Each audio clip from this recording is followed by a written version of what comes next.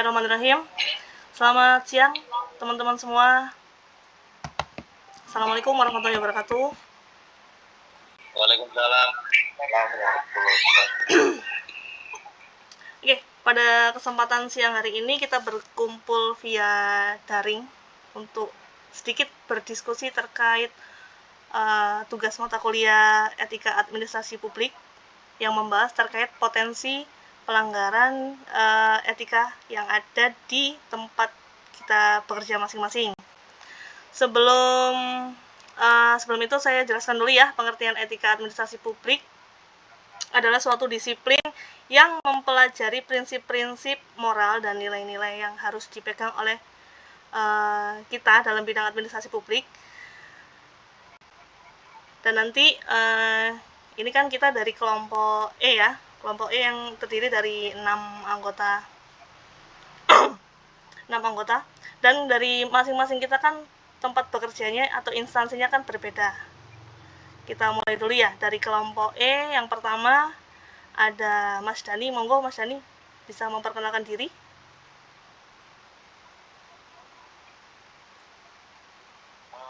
Baik, saya Dani dari Masjid Kota Surabaya. Lanjut, yang Pak Pipit dulu memperkenalkan diri.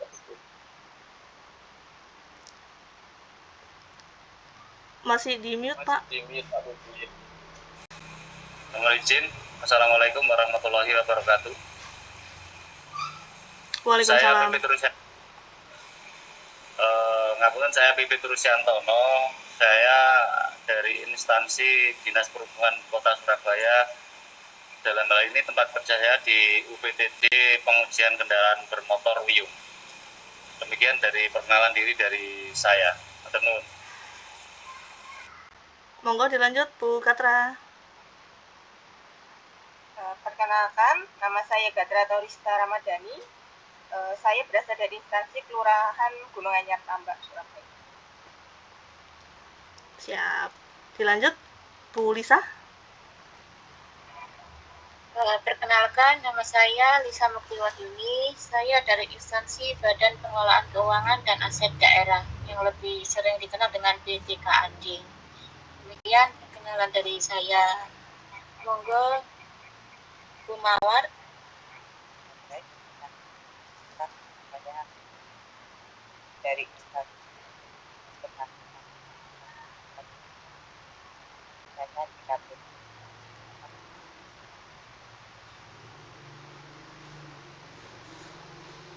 Bu Mawar suaranya kecil.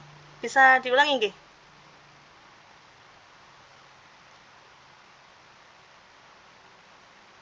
Baik, terima kasih. Saya Mawar Kusma dari instansi Dinas Ketahanan Pangan dan Pertanian Surabaya. Saya DKPP.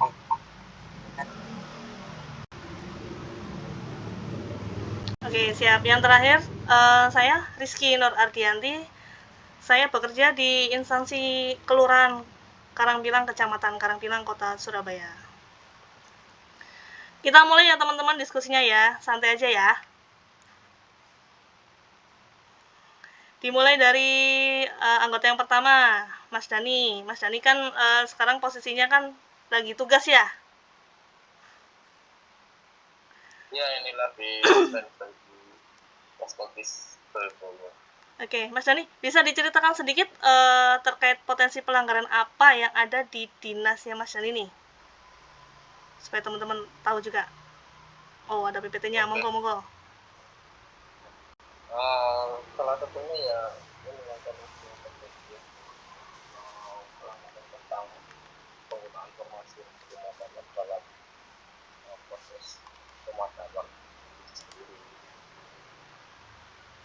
Ambilkan PPT-nya.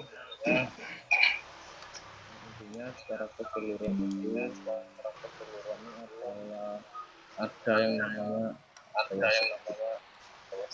sedikit banyak adalah mempraktek tentang penggunaan informasi polar pemadaman itu sendiri. Nah, ini basicnya seperti ini.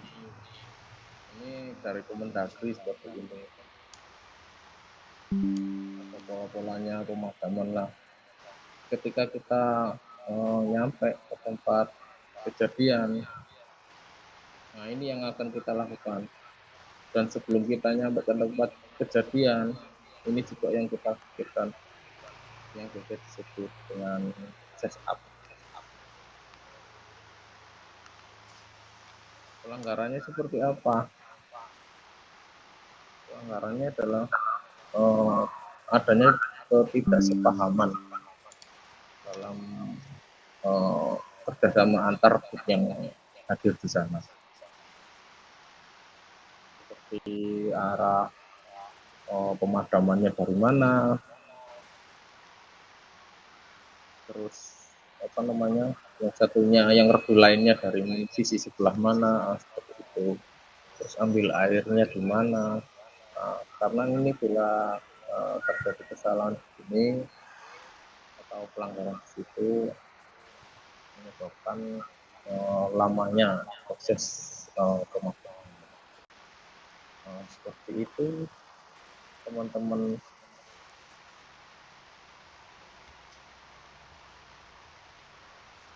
Ya, jadi sebagai kesimpulan ya untuk ini potensi pelanggaran etika di tempat kami, yaitu dengan belajar lagi untuk formasi teman-teman, adanya pengawasan dan dari pimpinan, serta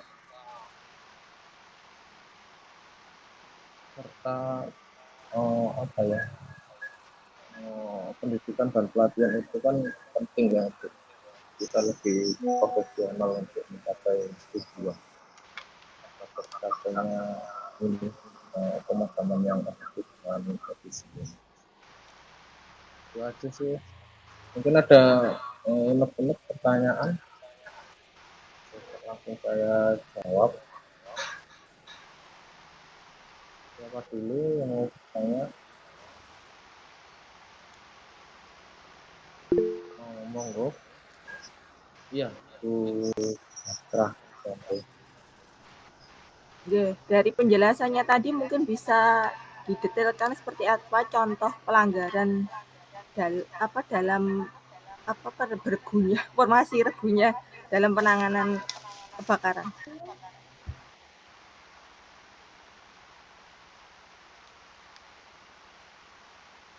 Oke, baik. Yang sering kali terjadi itu ya penempatan atau pola pemadaman itu adalah ketika kebakaran itu yang terjadi, misalnya rumah ini, nah, kita itu pemadamnya dari mana? Dari depan, terus apalagi dari samping untuk mencegah. Nah, nanti kalau perlu bantuannya datang, mereka bagian mana? Nah, seperti itu. Karena bila itu tidak dilakukan, penyebaran api itu bisa kemana-mana, bisa ke samping, bisa ke belakang. Jadi empat arah ini harus terjangkau dan sumber air harus terus mengalir untuk pemadaman itu. Nah, pelanggarannya ya begitu tadi. Kadang mereka seenaknya langsung panggil, langsung yang harusnya ini selang bercabang 2 ketika keempat, tekanan air menurun, nah seperti itu.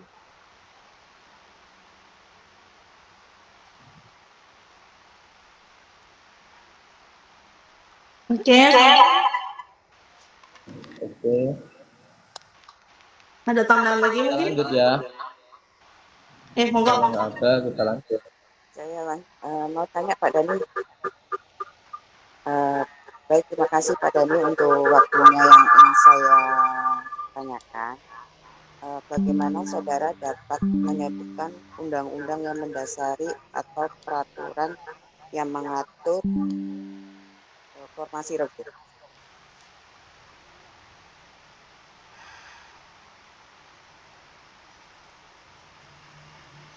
Oke, izin menjawab.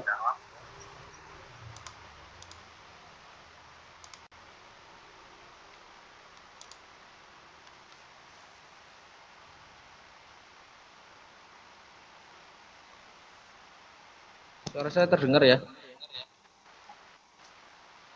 Aman, aman. Terdengar Pak, terdengar. Oke. Baik. Ini ada beberapa undang-undang. Undang-undang nomor 31 nomor 29 itu adalah landasan hukum bagi Dinas Pemadam Kebakaran. Yang kedua, peraturan Menteri Menpan RB nomor 16 tahun 2019 yang mengatur tentang jabatan fungsional pemadam kebakaran. Ini yang mengatur siapa melakukan apa. Terus yang nomor 31 ini Undang-Undang 31 nomor 31 tahun 2009. Nah, itu yang mengatur strateginya seperti apa. Itu penjelasan saya. Terima kasih Pak Dandi ya. Ya,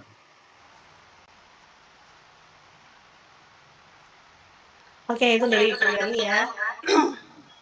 Untuk selanjutnya, monggo yang mau saya Pak Bibit ya. Pak Bibit dari Disub.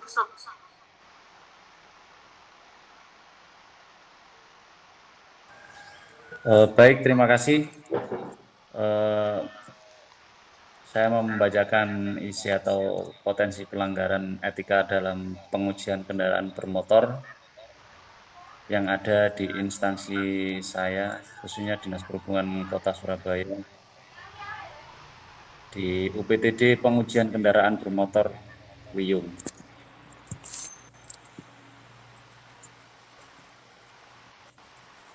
Lanjut PPT-nya. Pada dasarnya pengujian kendaraan bermotor itu adalah merupakan suatu proses yang penting untuk memastikan kelaikan atau kelayakan daripada suatu kendaraan, di mana kendaraan ini aman untuk digunakan di dalam berkendara di jalan raya. Namun di balik proses ini memang ada pelanggaran-pelanggaran atau potensi pelanggaran etika yang dilakukan oleh mohon izin dalam hal ini adalah oknum. Dalam hal ini oknum yang tidak sesuai dengan SOP maupun regulasi yang sudah diatur oleh pemerintah.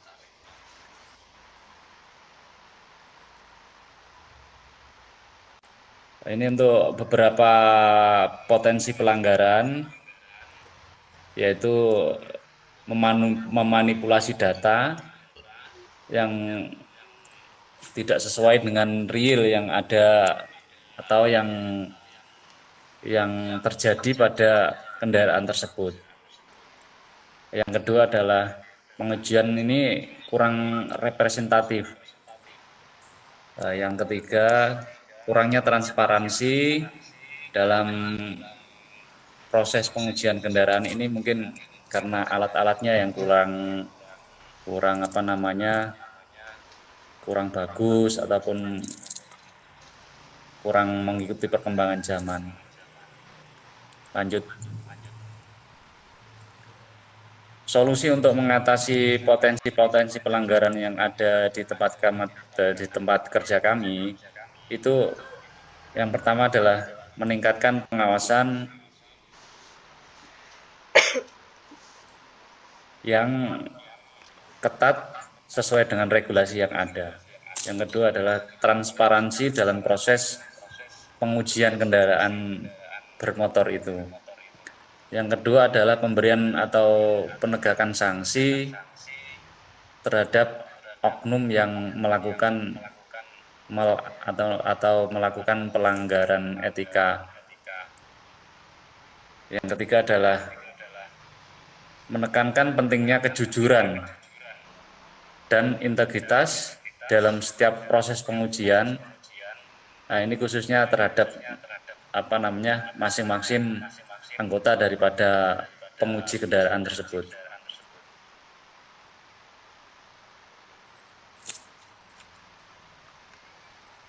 Ini adalah contoh-contoh gambar proses pengujian kendaraan bermotor yang ada di tempat kami.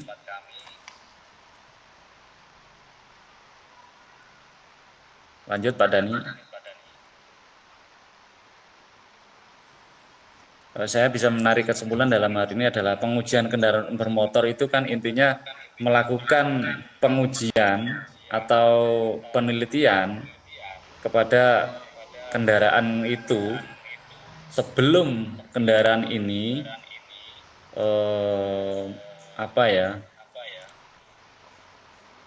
sebelum kendaraan ini dipergunakan oleh pemiliknya di jalan. Jadi itu kita uji agar kendaraan ini aman sesuai dengan kelayakan daripada kendaraan ini, sehingga pemiliknya itu aman di dalam mengendarai kendaraan itu demi terciptanya zero accident atau nol kecelakaan di jalan raya.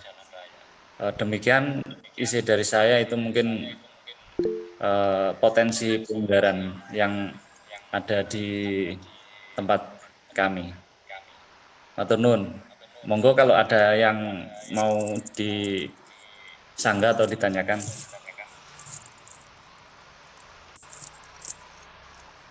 Bu Lisa, ya, monggo Bu Lisa.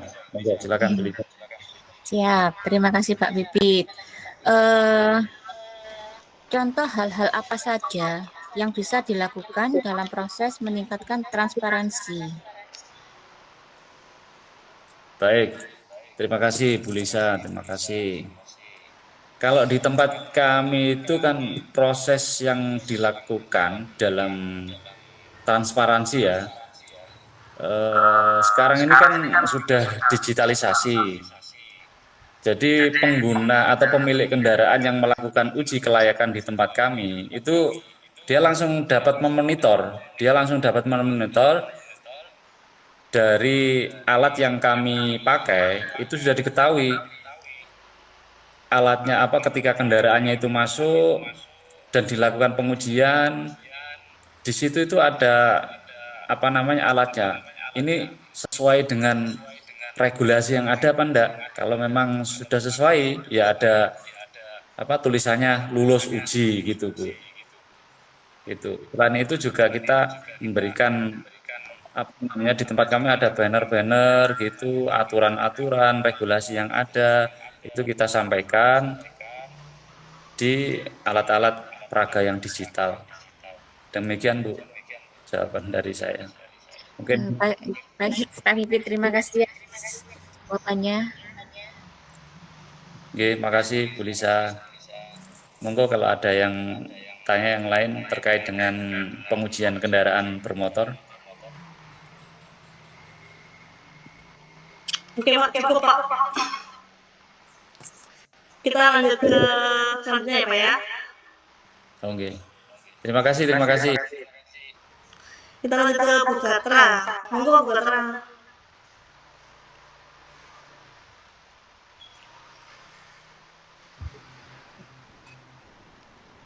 Baik, terima kasih.